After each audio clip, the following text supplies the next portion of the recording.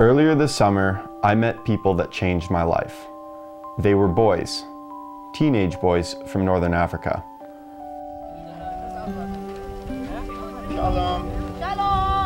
When my aunt asked me to travel to Israel and help her film a humanitarian video, I jumped at the chance. I kind of figured I'd be helping carry equipment and setting up cameras, but what I didn't realize was that I'd be meeting 50 lost boys from northeastern Africa. 50 really great kids living in Nitzana, Israel, a small town on the Egyptian border. When I first saw them, they were playing soccer. As they played in the scorching desert heat, I couldn't help but notice something. One of the boys took his shirt off, and I saw these awful scars all up and down his back. What happened to these boys? I got answers during our first interview with Amit, the director of the Tikkun Olam Boarding School. These boys had been through hell. She explained that Northeast African countries had been dealing with ongoing civil wars for decades. Running from lives of violence, captivity, and slaughter, nearly 60,000 refugees have traveled thousands of miles across the desert to reach safety in Israel. All of this journey for a child who is 14, 15 years old is horrific, but the worst part in the journey that keeps us at night, and we know it keeps them at night, is what happens in the Sinai. I had most of the children telling us that they had been kidnapped when getting to the Sinai lands by Bedouin tribes over there, held hostage in torture camps. There are several torture camps we know about, and held in torture chambers, when then they are asked or even forced to call their families in Eritrea or Europe or Israel to just get the money to free them, ransom money to free them. And until the family does not have the way to send the money, they will be tortured, they will be threatened on their life, and they will be killed. A lot of the children in the boarding school are telling about tens and hundreds of people getting killed over there, and even then used for their organs later to sell in Egypt lands. So the situation is that our children had spent weeks and even months in these torture camps. They have signs they have marks on their bodies that we don't, part of them we know that are from electricity and fire and hot metal, and some of them you can't even imagine what they are from. I wish I could tell you that was the end of the torture. I wish I could tell you they were safe until Israel, but they were not. The people lucky enough to escape the torture camps saw even more horror at the Egyptian border.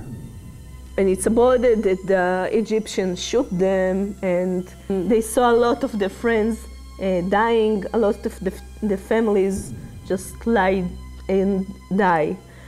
And they come through the border, and the Egyptians shoot them, and they have to run very, very fast. And they see all the people around them dying, and they still go and run and success to cross the border. Nitzana is approximately 1 mile from this border, and every night you can hear the shooting of the Egyptian soldiers shooting up groups of refugees coming near the border. And I have taken tours next to the border and seeing clothes with blood on them and even bodies sometimes. And then they see IDF soldiers, and this is the rest. This is the time that they say that they understand that they come for a good place, to a good place. All of them say that the soldiers treat them very nice. They give them food, that they give them water, and that's what they want. That night, I was troubled with all the atrocities these boys had endured. If 60,000 had made it to Israel, how many didn't make it?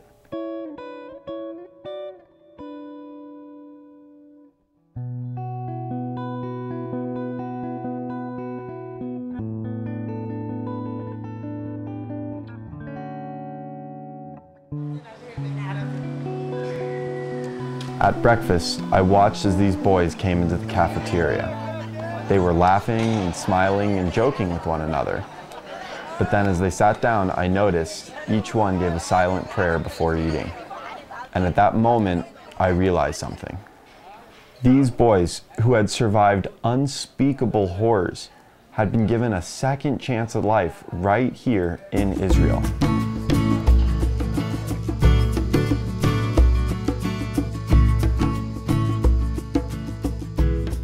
No matter where I looked, I saw people, normal people like you and me, doing everything possible to help these boys, to welcome them into Israel and to prepare them for a better future. That's why Nitzana established the Tikkun Olam Boarding School over 1 year ago.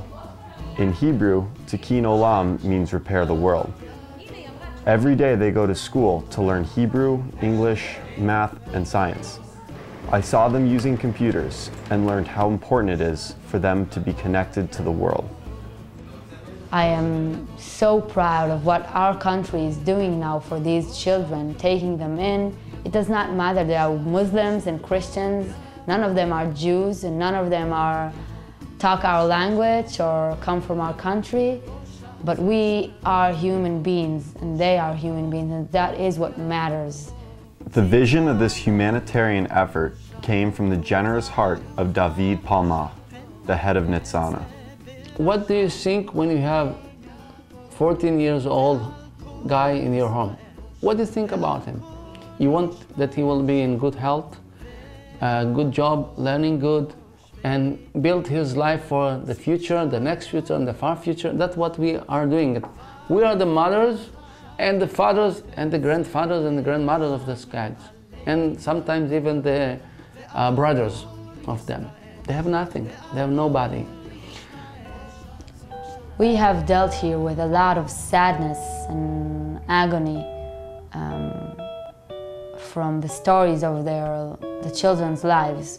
But what really lifts my heart in this work with the children is knowing what a great mission this country took finding a solution for these children. And I am really glad and proud of my country and Nitzana village for establishing this boarding school and taking these 50 children and making it their home.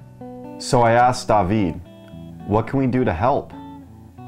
The needs of those kids, it's like normal and more. We need to take them sometimes to the psychologist because they have big problems in the back. We need to help them with social workers, to take them to the dentist. They never saw dentist in their life. And here the first time that we take them to the dentist and to the doctors and to other elements, and we need the help to help them. I now realized I was among a remarkable small group of people doing something really big. But imagine if it was a larger group of people. Imagine what we could do if you, me, and everyone else could help out. Wouldn't it be amazing if they had bikes or musical instruments? If they had new technology and phones so they could speak with their families again? If they had a soccer court made of turf rather than cement? Anything you give can make a huge difference in their lives. Everything that makes these kids rich and healthy and enjoy and like their life, we can do it. I'm open for it. I hope you'll send a donation today.